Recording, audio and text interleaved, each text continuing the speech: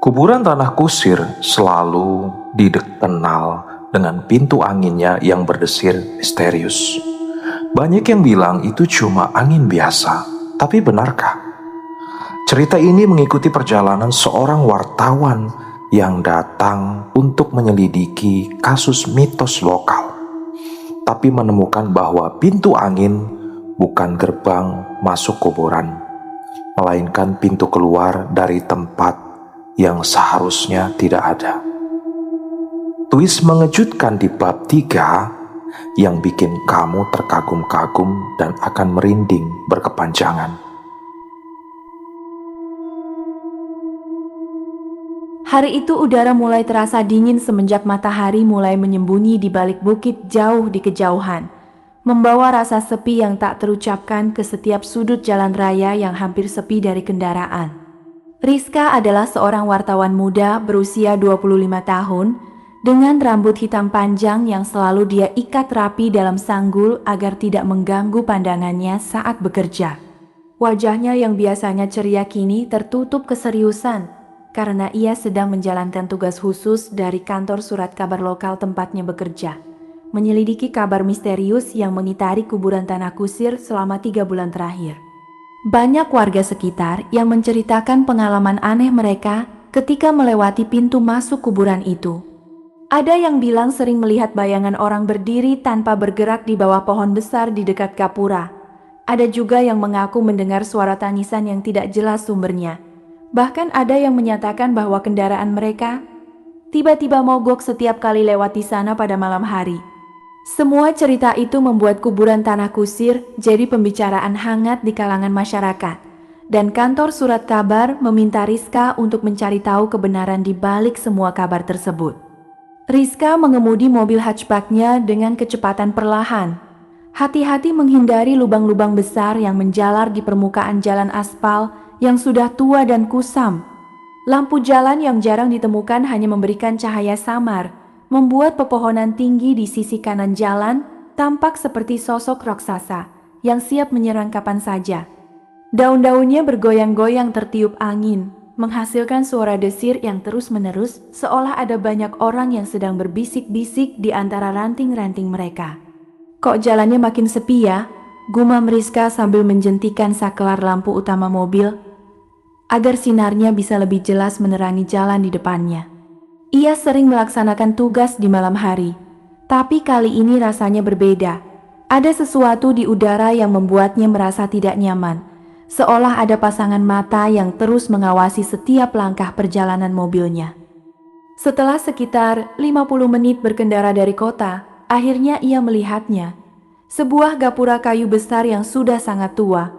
Bagian permukaannya ditutupi lumut hijau yang lebat dan beberapa bagian kayu sudah mulai mengelupas akibat cuaca dan usia. Gapura itu berdiri tegak di antara 2 pohon beringin besar yang cabangnya saling menjalin di atasnya, membentuk seperti gerbang yang mengarah ke dunia lain. Itulah pintu masuk kuburan tanah kusir yang dikenal dengan nama pintu angin. Sebutan yang diberikan karena angin selalu bertiup dengan kencang melalui celah-celah gapura itu. Bahkan ketika di tempat lain, udara terasa tenang. Tanpa sadar, kedua tangan Rizka yang sedang memegang setir mobil mulai menggigil sedikit.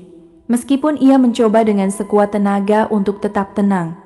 Ia perlahan memarkir mobil di atas tanah liat yang agak rata di sisi jalan dekat gapura, lalu mematikan mesin. Suara keheningan yang menyelimuti tempat itu langsung menyambar telinganya.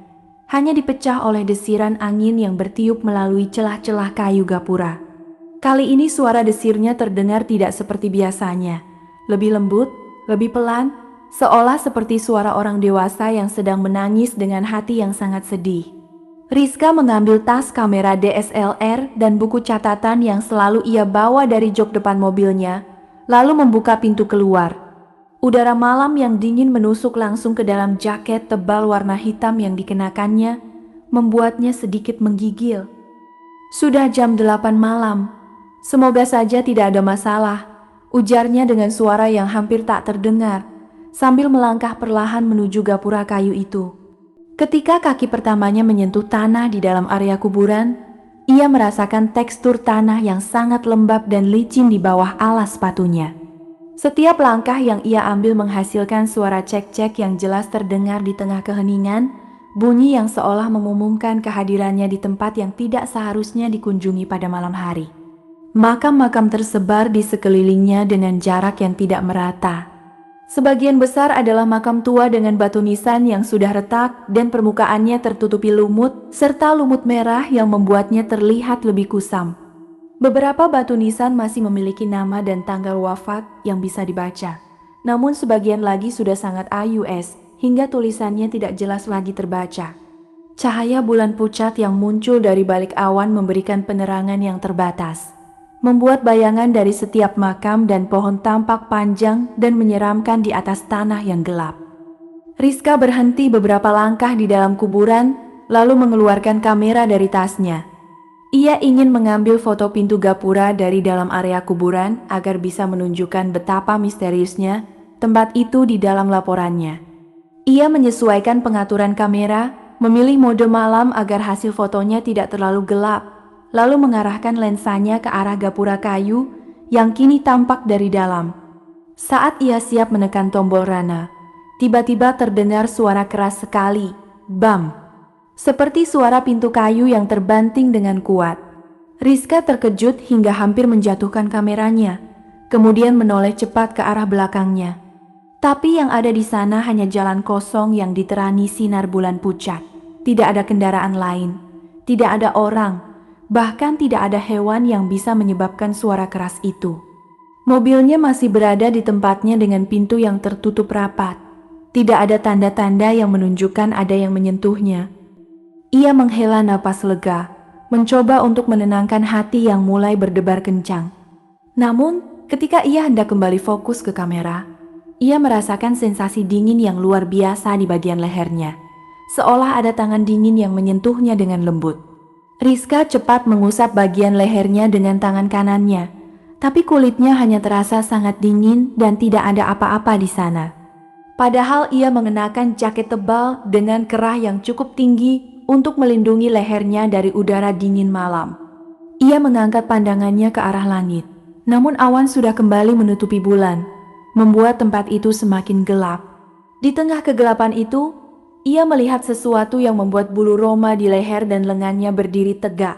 Di balik salah satu makam tua yang paling besar di kuburan itu, ada sosok manusia yang berdiri diam-diam.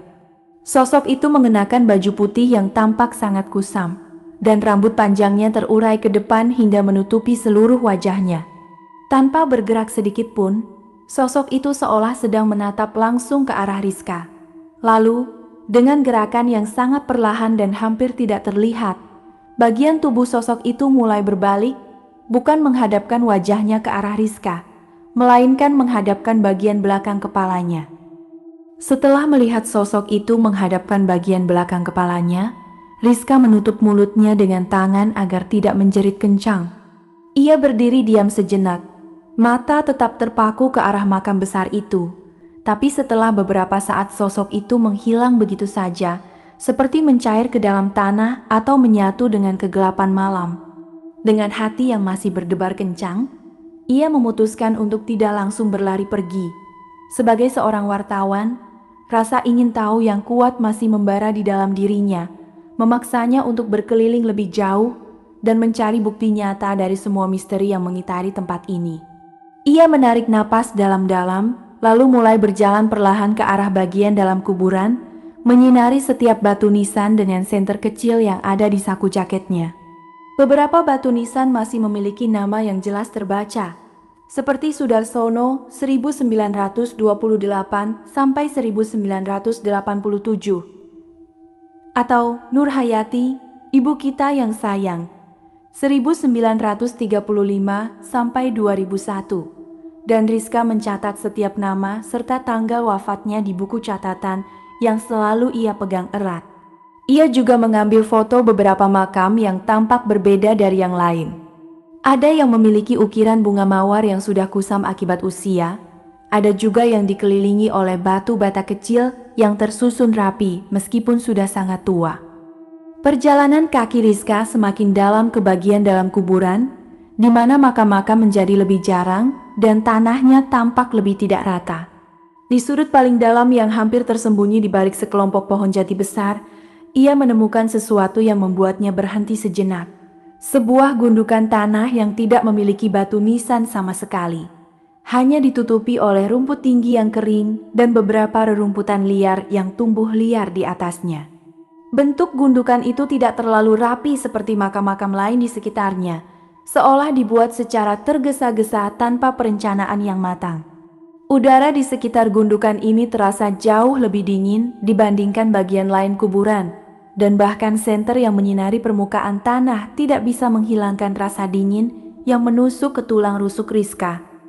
Suara angin yang sebelumnya terdengar di sekitar pintu angin kini mulai terdengar lebih jelas di tempat ini. Bahkan seolah-olah suara itu berasal langsung dari bawah gundukan tanah itu. Desiran udara yang dulu hanya terdengar seperti bunyi biasa kini tampak memiliki irama tertentu. Seolah ada kata-kata yang sedang disampaikan dengan suara pelan namun jelas. Rizka mendekat lebih jauh, menutup satu telinganya agar bisa mendengar dengan lebih jelas. Baliklah, baliklah sebelum terlambat. Itu adalah kata-kata yang sepertinya disampaikan oleh desiran angin. Terdengar seperti suara wanita yang sedang berbisik dengan penuh perhatian. Rizka merasa dadanya terasa sesak, tapi rasa ingin tahu tetap menguasainya. Ia mengeluarkan kamera dari tasnya, menyesuaikan pengaturan agar bisa menangkap gambar dengan jelas meskipun kondisi cahaya sangat minim. Ia mengarahkan lensa kamera ke arah gundukan tanah itu, lalu perlahan menekan tombol rana. Saat kilatan lampu kilat, kamera menyala dengan terang, menerangi seluruh area sekitar gundukan dalam sekejap.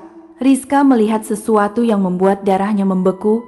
Tepat di belakang gundukan tanah itu, berdiri sosok seseorang dengan rambut panjang yang terurai ke depan, mengenakan baju putih kusam yang tampak lusuh di beberapa bagian. Bentuk tubuhnya jelas terlihat di bawah cahaya kilatan lampu, bahkan bisa dilihat ujung-ujung jari tangannya yang menggenggam sesuatu yang tidak bisa dikenali. Tanpa berpikir panjang, Rizka menoleh cepat ke arah belakang gundukan itu. Kedua tangannya sudah mulai gemetar, dan kamera hampir terjatuh dari genggamannya. Tapi apa yang ia lihat hanya rerumputan tinggi yang bergoyang-goyang tertiup angin. Tidak ada sosok manusia pun di sana. Tidak ada bayangan, tidak ada jejak apapun yang menunjukkan ada orang baru saja berdiri di sana. Hanya bayangan pepohonan saja, bisik Rizka dengan suara yang serak, mencoba untuk menenangkan diri sendiri. Ia menghela napas dalam-dalam, lalu melihat ke layar kamera untuk memastikan apa yang baru saja dilihatnya benar-benar hanya hayalan. Namun ketika gambar muncul di layar kecil kamera itu, wajahnya langsung memucat dan tubuhnya terasa kaku seketika. Gambar yang diambil oleh kamera menunjukkan sosok yang jelas memiliki bentuk tubuh manusia, berdiri dengan tegak tepat di belakang gundukan tanah. Rambut panjangnya yang terurai ke depan menutupi seluruh wajahnya, tapi bentuk bahu dan punggungnya sangat jelas terlihat. Bahkan, bisa dilihat ada bayangan tangan yang terangkat sedikit ke atas, seolah sedang ingin menyapa atau memberikan peringatan. Tidak ada pepohonan di belakang gundukan yang bisa menghasilkan bayangan seperti itu, hanya tanah kosong yang terbentang jauh ke belakang. Tanpa berpikir panjang lagi, Rizka segera menutup kamera dan menyimpannya kembali ke tasnya.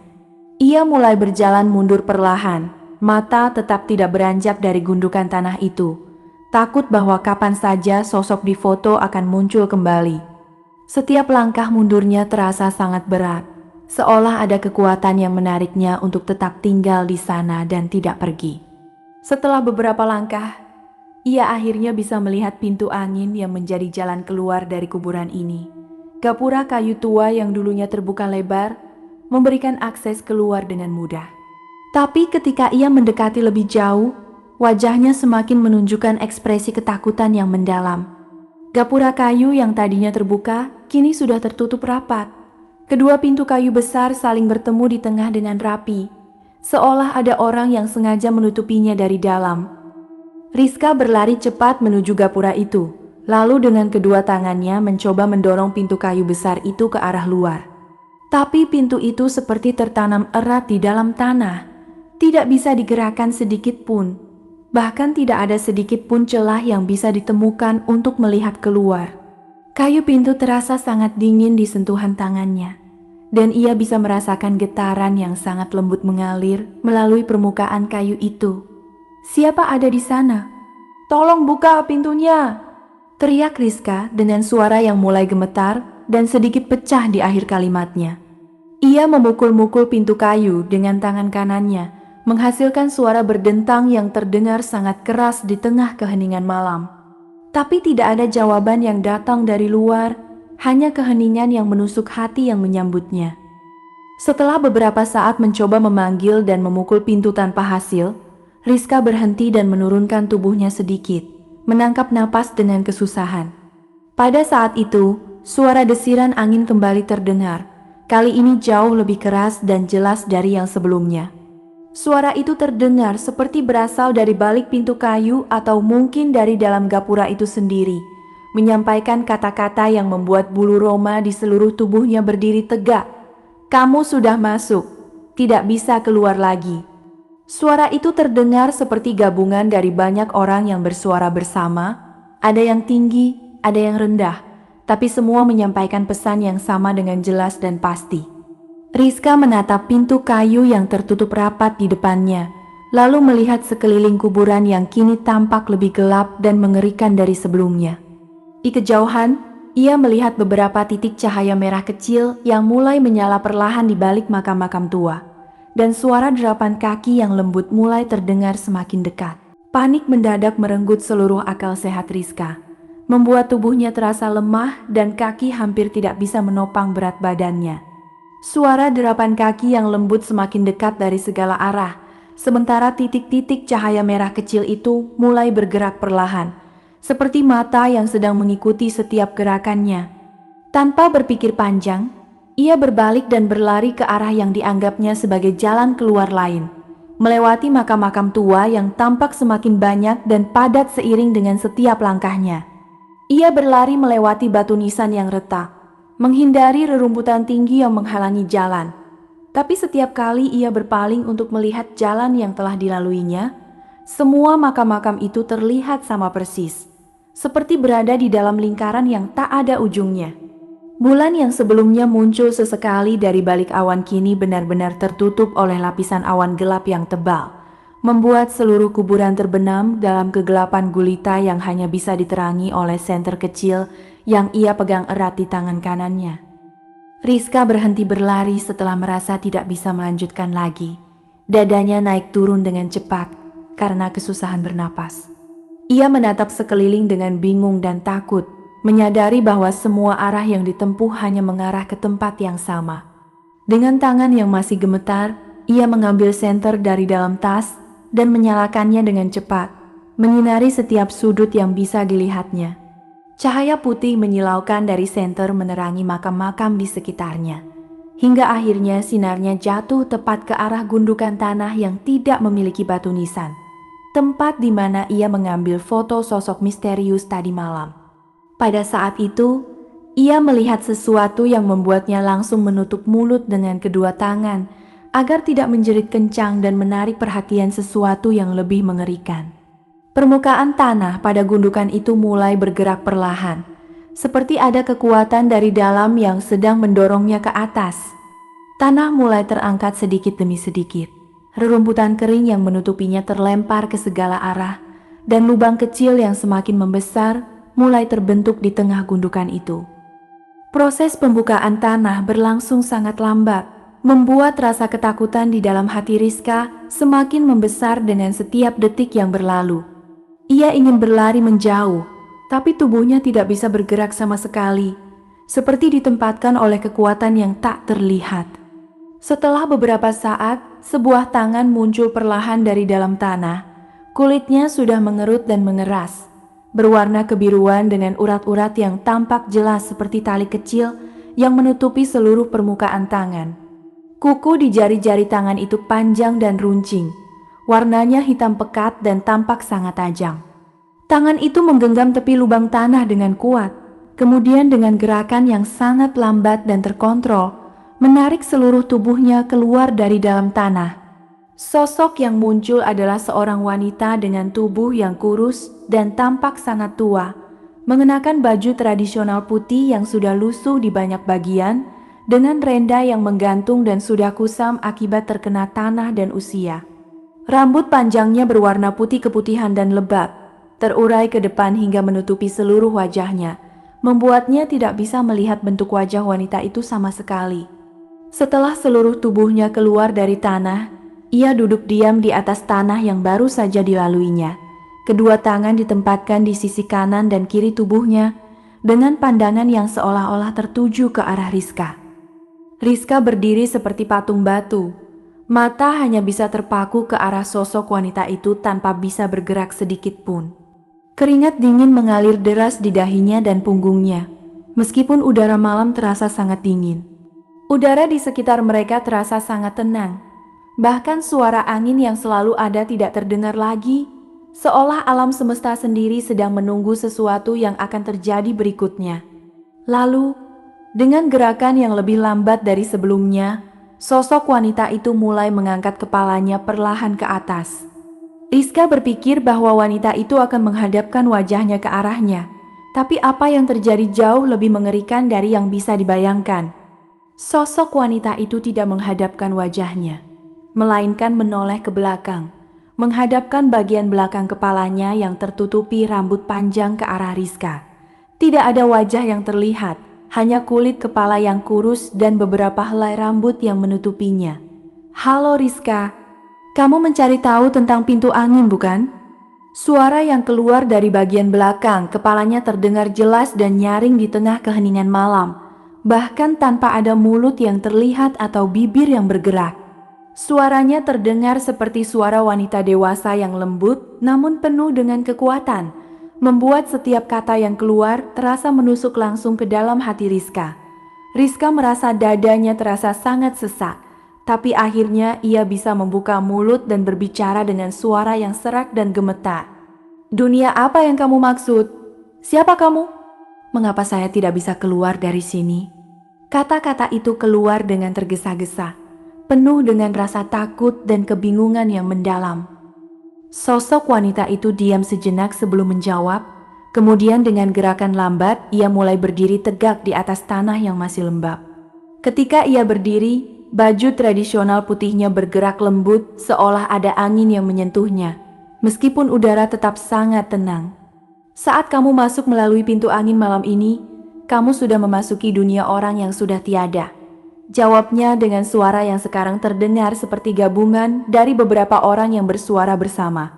"Kita semua yang berada di sini adalah orang-orang yang telah meninggal dunia, tapi terjebak di tempat ini karena pintu keluarnya tertutup salah arah selama 70 tahun yang lalu. Banyak yang telah mencoba untuk membukanya kembali, tapi tidak ada yang berhasil, sampai kamu datang hari ini." Ia bergerak sedikit lebih dekat ke arah Rizka. Dan saat itu Rizka bisa melihat bahwa bagian belakang kepalanya mulai terbuka sedikit, memperlihatkan cahaya merah muda yang samar dari dalamnya. "Dan kamu adalah orang pertama yang bisa membukanya kembali. Darahmu memiliki hubungan dengan orang yang membuat pintu angin ini pada awalnya." Di kejauhan, titik-titik cahaya merah kecil itu semakin banyak dan mulai mendekat. Sementara suara derapan kaki yang lembut kini terdengar seperti langkah banyak orang yang bergerak bersama-sama. Dengan setiap kata yang keluar dari sosok wanita itu, angin mulai bertiup kembali dengan semakin kencang, membawa suara desir yang makin banyak dan jelas, seolah ada puluhan bahkan ratusan orang yang sedang berdiri di sekitarnya ingin menyampaikan sesuatu.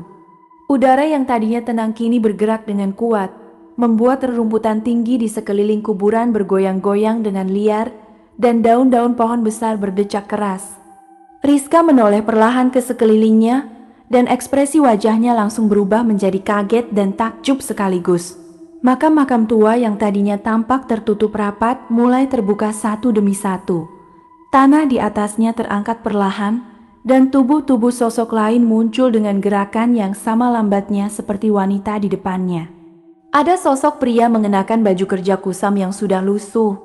Ada wanita dengan pakaian tradisional dari zaman dulu. Bahkan ada sosok yang tampak seperti anak-anak kecil dengan baju yang sudah sangat tua. dan tidak jelas bentuknya lagi. Setiap sosok yang muncul bergerak dengan kecepatan yang sama, seolah mereka mengikuti irama tertentu yang hanya bisa dirasakan oleh mereka sendiri.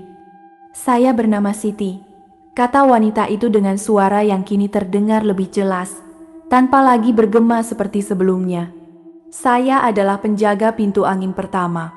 Orang yang ditugaskan untuk menjaga keselarasan antara dunia hidup dan dunia kita yang sudah tiada." Cahaya merah muda dari bagian belakang kepalanya semakin terlihat jelas, menyinari wajahnya yang tertutup rambut dengan cahaya yang lembut namun menusuk. Pada tahun 1956, dunia ini sedang dilanda wabah yang sangat mematikan, dan anak saya yang berusia 5 tahun terjangkit penyakit yang tidak bisa disembuhkan oleh dokter manapun. Saya mendengar cerita tentang pintu ajaib yang bisa menghubungkan dunia kita dengan tempat di mana semua penyakit bisa disembuhkan, jadi saya mencoba membukanya dengan cara yang saya kira benar. Siti bergerak sedikit lebih dekat, dan Rizka bisa melihat bahwa tangannya yang kulitnya mengerut masih memegang sesuatu yang kecil dan bulat. Mungkin sebuah cincin atau batu akik yang sudah sangat tua. Tapi ada kesalahan dalam cara saya membukanya. Alih-alih membawa saya ke tempat yang saya inginkan, pintu itu malah menghubungkan dunia kita dengan kuburan yang kamu lihat sekarang. Menjebak kita semua di sini, tidak bisa pergi kemanapun dan tidak bisa kembali ke dunia yang kita tinggalkan dulu. Semua sosok yang muncul dari makam-makam mulai bergerak perlahan mendekati Rizka, membentuk lingkaran yang semakin menyempit di sekelilingnya. Meskipun jumlah mereka semakin banyak, tidak ada satupun yang menunjukkan niat jahat. Mereka hanya berdiri dengan tenang. Tubuh mereka sedikit membungkuk seolah sedang menghormati sesuatu. Dan seperti Siti, semua wajah mereka tidak bisa dilihat karena mereka selalu menoleh ke belakang. Beberapa di antaranya mengangkat tangan perlahan, seolah ingin menyapa atau memberikan dukungan, tapi tidak ada yang berbicara. Hanya diam dan menunggu apa yang akan dikatakan Siti selanjutnya. Udara di sekitar mereka terasa sangat berat, penuh dengan rasa kesedihan dan harapan yang sudah terkubur selama puluhan tahun. Setiap malam, tepat pada jam 8 seperti sekarang, kita semua berkumpul di sini dan mencoba membuka pintu dengan cara yang benar. Lanjut Siti dengan suara yang mulai terasa penuh dengan emosi. "Kita telah mencoba segala cara, dengan doa, dengan upacara yang sudah kita lupakan cara melakukannya, bahkan dengan menggunakan benda-benda yang dianggap sakral dari zaman dulu. Tapi tidak ada yang berhasil, karena pintu ini membutuhkan sesuatu yang jauh lebih kuat dari itu. Darah dari orang yang masih hidup, darah yang memiliki hubungan langsung dengan energi yang membuat pintu ini ada pada awalnya." Ia mengangkat wajahnya yang menghadap ke belakang, ke arah langit, dan Rizka bisa melihat bahwa bagian belakang kepalanya kini terbuka lebih lebar, memperlihatkan cahaya merah yang semakin menyala terang. "Kamu datang ke sini bukan karena kebetulan, Rizka. Semua yang terjadi malam ini sudah direncanakan jauh sebelum kamu lahir. Darahmu memiliki hubungan dengan orang yang membuat pintu angin ini pertama kali, orang yang tahu rahasia sebenar dari pintu ajaib ini." Rizka merasa kepalanya mulai berputar dengan cepat. Pusing yang luar biasa membuatnya hampir jatuh ke tanah. Ia mencoba menopang tubuhnya dengan menyandarkan tangan ke salah satu batu nisan yang masih kokoh. Mata tetap terpaku ke arah Siti.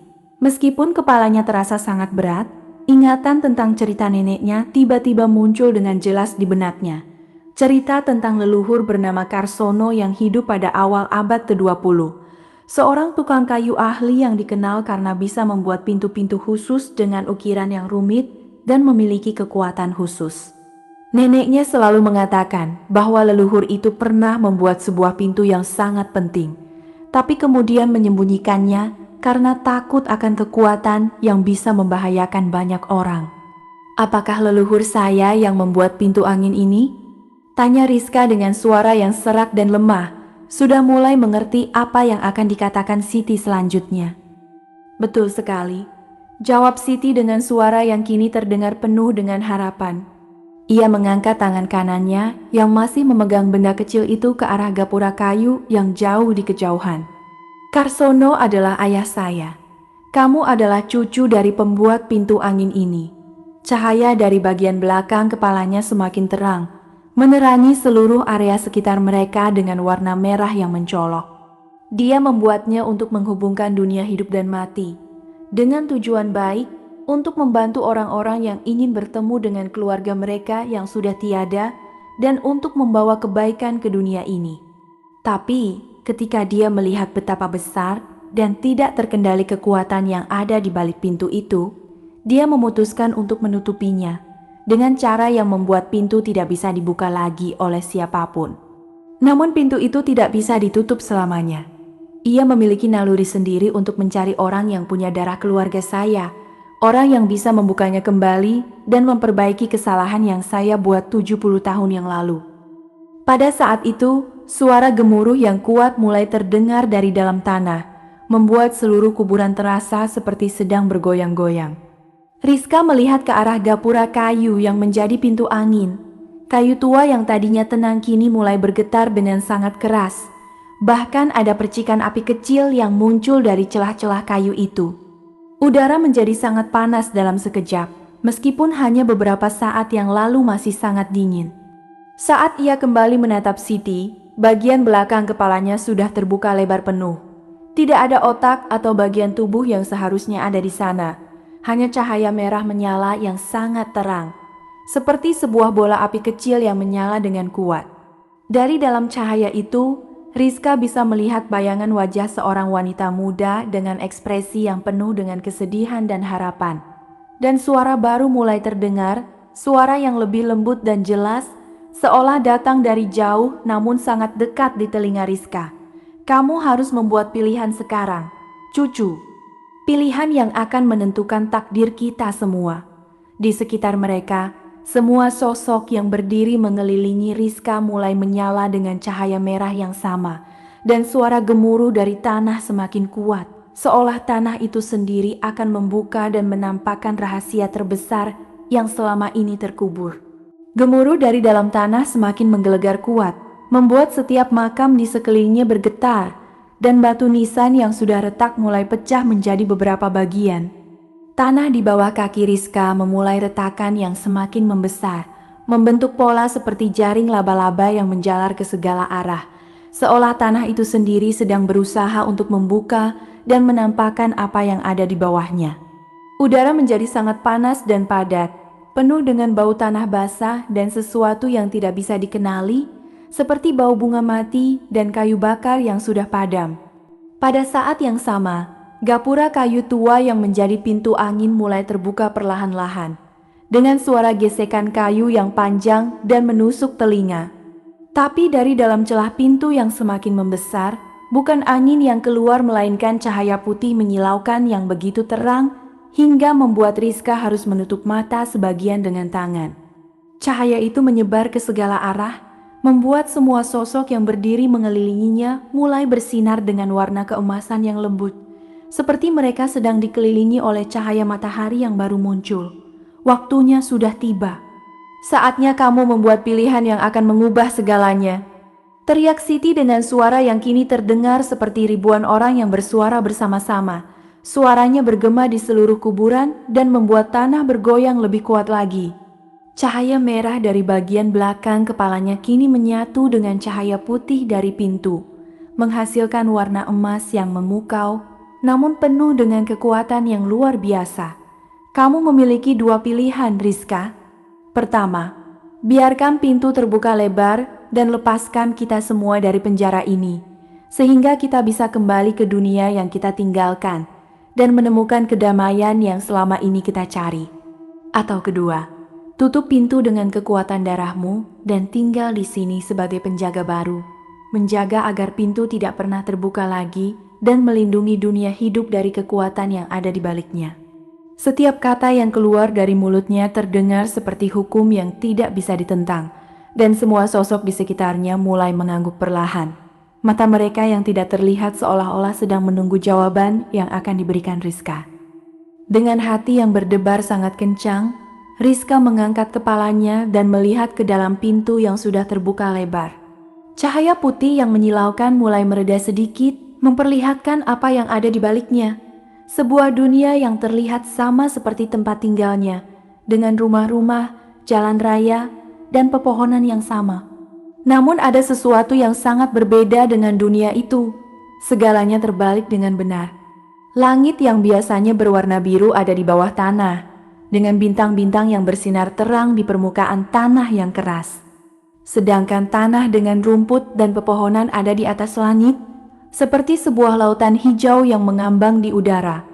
Di tengah dunia yang terbalik itu, Rizka bisa melihat bayangan orang tuanya yang sedang berjalan khawatir di sepanjang jalan raya yang terbalik. Tangan mereka mengangkat ke udara seolah sedang memanggil namanya. Mereka berbicara dengan suara yang tidak bisa terdengar, tapi ekspresi wajah mereka yang penuh dengan kesedihan dan kekhawatiran sangat jelas terlihat. Namun meskipun Rizka berdiri sangat dekat dengan mereka tidak bisa melihat atau merasakan keberadaannya sama sekali. Rizka merasakan hatinya terbelah menjadi dua, satu bagian dari dirinya ingin segera membuka pintu lebar-lebar dan membantu semua sosok yang terjebak di sini selama puluhan tahun, termasuk Siti yang adalah leluhurnya.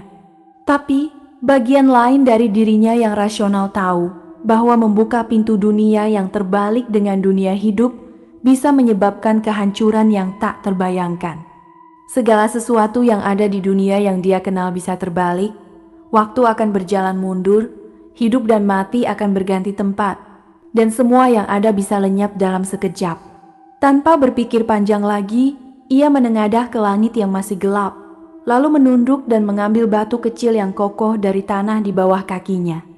Batu itu berwarna kelabu tua dan permukaannya kasar karena terkena cuaca selama bertahun-tahun. Dengan kekuatan yang tersisa di dalam tubuhnya, Rizka melemparkan batu itu dengan keras ke arah gapura kayu yang menjadi pintu, berharap bisa menutupinya dan menghentikan segala sesuatu yang akan terjadi. Namun saat batu menyentuh permukaan kayu tua itu, bukan pintu yang tertutup yang terjadi, melainkan gaya tarik yang sangat kuat muncul dari dalam pintu, menarik tubuh Rizka dengan kekuatan yang tidak bisa ditolak. Udara terasa seperti ditarik keluar dari paru-parunya, dan tubuhnya melayang di udara seolah sedang ditarik oleh pusaran besar yang tak terlihat. "Saya memilih untuk menjadi penjaga baru," teriak Rizka dengan suara terakhirnya yang penuh dengan keyakinan dan pengorbanan. Sebelum tubuhnya benar-benar terseret ke dalam cahaya putih menyilaukan dari pintu. Suara teriakannya bergema di seluruh kuburan, kemudian hilang bersama dengan cahaya yang menyilaukan.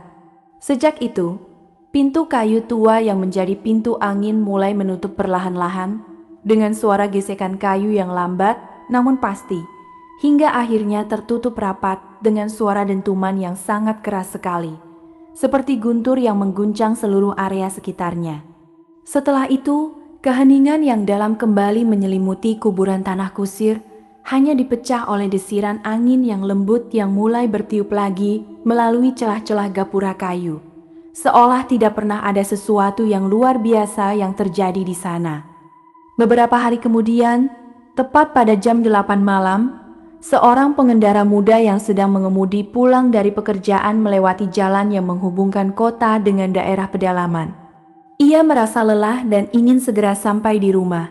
Tapi ketika melewati area dekat kuburan tanah kusir, matanya secara tidak sengaja melihat sosok seorang wanita berdiri di depan gapura kayu tua yang menjadi pintu angin. Wanita itu mengenakan jaket modern warna hitam dan celana panjang, dengan rambut hitam panjang yang diikat rapi dalam sanggul. Penampilannya sangat mirip dengan Rizka sebelum dia masuk ke kuburan. Ia berdiri dengan tegak dan tenang, pandangannya seolah-olah sedang menjaga pintu kayu itu dengan penuh tanggung jawab. Pengendara itu merasa penasaran dan sedikit khawatir, jadi ia mengurangi kecepatan mobilnya dan membuka jendela samping untuk bertanya, "Permisi kakak, ada apa? Apakah kamu membutuhkan bantuan?" Tanyanya dengan suara yang ramah namun sedikit gemetar. Pada saat itu, wanita itu perlahan menoleh ke arah mobil. Tapi bukan wajahnya yang terlihat oleh pengendara, melainkan bagian belakang kepalanya yang tertutup rambut hitamnya. "Jangan masuk malam hari. Pintu ini hanya boleh terbuka pada waktunya yang tepat." Suara wanita itu terdengar jelas dan lembut, menyebar di udara malam yang tenang. Tanpa menunggu jawaban apapun, pengendara itu langsung menekan pedal gas dan melaju cepat meninggalkan tempat itu. Hatinya berdebar kencang dan bulu roma di seluruh tubuhnya berdiri tegak. Ia tidak berani melihat ke belakang, hanya fokus pada jalan yang ada di depannya. Namun ketika ia secara tidak sengaja melihat ke cermin belakang mobilnya, ia bisa melihat bahwa wanita itu masih berdiri di sana dengan tenang, tetap menjaga pintu kayu tua itu. Di jok depan mobilnya, handphonenya yang terbuka dan menjalankan aplikasi kamera jalan raya secara otomatis telah mengambil foto dari sosok wanita itu. Ketika pengendara melihat layar handphonenya, wajahnya langsung memucat dan tangannya hampir menjatuhkan handphone itu. Foto yang diambil menunjukkan bahwa sosok wanita itu hanya memiliki kepala dan leher. Tidak ada tubuh di bawahnya sama sekali. Hanya kepala yang berdiri tegak di depan gapura kayu, dengan bagian belakang kepalanya yang menghadap ke arah kamera. Dan sejak malam itu, setiap orang yang melewati kuburan tanah kusir pada malam hari selalu melihat sosok seorang wanita mengenakan jaket modern berdiri dengan tenang di depan pintu angin. Ia tidak pernah bergerak atau melakukan sesuatu yang mengancam, hanya berdiri dan menjaga pintu kayu tua itu dengan setia. Tidak ada yang tahu siapa dia atau mengapa dia ada di sana, termasuk dirinya sendiri. Karena wanita itu tidak pernah menyadari bahwa dirinya sudah tidak termasuk ke dunia hidup lagi. Dia hanya tahu bahwa dia memiliki tugas penting untuk menjaga pintu angin, untuk melindungi kedua dunia dari bahaya yang bisa terjadi jika pintu itu terbuka pada waktu yang salah. Setiap malam, ketika angin mulai bertiup dan bulan muncul dari balik awan, suara lembutnya bisa terdengar menyampaikan peringatan yang sama. Jangan masuk malam hari.